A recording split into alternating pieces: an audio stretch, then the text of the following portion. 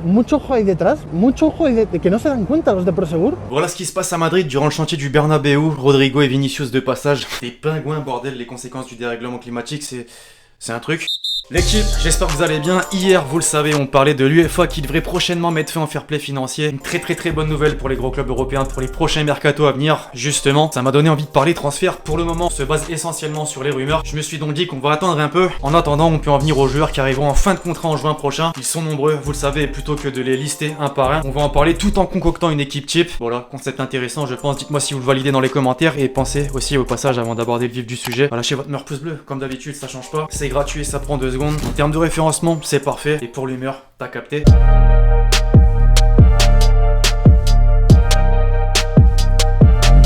Pas de partenariat, placement de produit aujourd'hui, mais je voulais quand même mentionner le site qui m'a grandement aidé à concocter cette vidéo, Transfermarkt, très réputé, vous connaissez. Site qui parle transfert, classement, statistiques, valeur marchande. En parlant de valeur marchande justement, c'est un peu ce sur quoi je me suis référencé. On commence dans les cages, seulement 3 gardiens avaient une valeur marchande estimée à plus de 10 millions d'euros. Parmi eux, Mitrovic de Eibar, 10 millions, Rui Silva de Grenade à 12 millions, et Donnarumma de l'AC Milan, 60 millions. 22 ans, très jeune, au club depuis 2015, c'est le seul de sa carrière, respectable. Pour lui, difficile de savoir s'il va prolonger ou non, parce qu'il réclame un salaire bien supérieur à celui qu'il perçoit actuellement, à savoir 6 millions d'euros annuels. La dernière proposition, selon la Gazzetta dello Sport, c'était en janvier dernier. Les dirigeants du club italien lui avaient proposé 7 millions d'euros par an, plus des bonus. Il a refusé plutôt. Son agent, Raiola, encore lui, a refusé. Les commissions évidemment. Il demande pas moins de 10 millions. Voilà, c'est quand même bien supérieur à la première proposition. Pas sûr donc qu'il prolonge, surtout au vu de sa valeur marchande. Le vendre serait pas une mauvaise opération pour le club, on va pas se mentir. On enchaîne avec la défense, le latéral gauche, sans surprise, Alaba. Lui, par contre, on est fixé, il ne prolongera pas son contrat avec le Bayern. Question de salaire, encore une fois, il demandait beaucoup trop. Rummenigge, le président, a dit stop. Plusieurs clubs ont donc déjà montré un intérêt. Vous le savez, le PSG, visiblement c'est un non. Le Barça, pareil. Et le Real, qui devrait avoir le dernier mot. Il a déjà fait plusieurs unes de quotidiens espagnols. Et aux dernières nouvelles, la presse espagnole estime qu'un accord a été trouvé.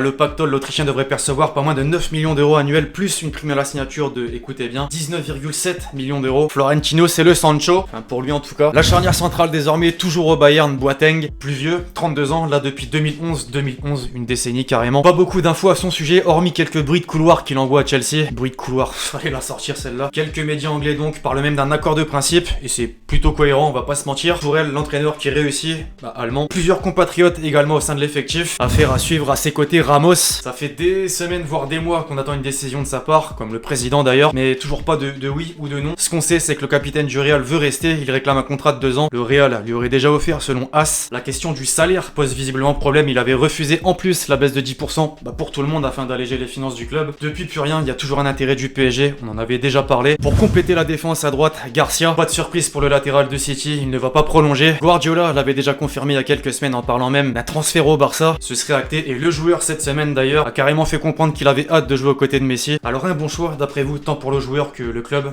le Barça. Au milieu à présent, d'abord Wijnaldum de Liverpool, vraisemblablement lui aussi sur le départ dans la même direction que Garcia. Un pré-contrat aurait même déjà été signé, mais voilà, il a calmé le jeu entre guillemets en conférence de presse cette semaine pendant le rassemblement des Pays-Bas. Je n'ai pas encore de nouvelles, ça a été dit dans la presse, il doit sûrement se taire pour le moment. À ses côtés ensuite un ballon d'or, Modric, 35 ans, la retraite approche. Néanmoins, Zidane est toujours satisfait de ses performances, il est toujours aussi efficace et je pense pas qu'il va changer de club, je pense même qu'il va être prolongé d'1 an. Dites-moi un peu ce que vous en pensez dans les commentaires. Plus offensif à gauche, Depay, comme Wijnaldum, 2 néerlandais dans le viseur d'un autre néerlandais, Koeman au Barça. Les deux ont d'ailleurs fait la une d'une édition du quotidien catalan Sport cette semaine. Le tout en parlant d'accord pour rester sur le Lyonnais, son transfert avait déjà capoté, vous le savez, l'été dernier. Même cet hiver, même si Olas, le président, avait fermé un petit peu la porte, ce sera différent en juin prochain. À voir ce que ça peut donner au Barça, sachant qu'il y a déjà beaucoup d'attaquants. Dembouz, Grizzy, Fati, enfin bref, vous les connaissez. Dans l'axe, ensuite, Çalhanoğlu, le Turc plutôt efficace cette saison, 7 buts, 11 passes D. À 6 mois de la fin de son contrat, on se dirige plus vers une prolongation. En croire Sky Italia du moins, ça discute pour le salaire, le club est disposé à offrir 3,5 millions d'euros par an. Lui, de son côté, réclame 5 millions. Ça devrait rapidement déboucher sur un accord, pas de rumeur de transfert en tout cas. Pour compléter le trio, Messi, forcément, il a tellement fait parler depuis la fin de la saison dernière avec les mauvais résultats, la gestion désastreuse de Bartomeu, qu'il a quasiment poussé à partir, et les nombreuses rumeurs l'envoyant au PSG aux côtés de Neymar. Mais voilà, un nouveau président est là, Laporta compte bien le convaincre de rester. Malgré l'élimination en Ligue des Champions, les bons résultats s'enchaînent. On peut encore croire au titre en Liga, même s'il a déjà dit qu'il prendrait sa décision en fin de saison, les avis sont de plus en plus optimistes. Difficile de savoir ce qu'il va faire, mais bon, je penserais plus pour le fait qu'il va prolonger. Dites-moi un peu dans les commentaires. Enfin, pour finaliser ce 11, Agüero, selon plusieurs sources, il devrait débarquer au Barça, ça fait quand même pas mal de monde dans ce 11 qui devrait aller au Barça. Garcia, Wijnaldum, Depay,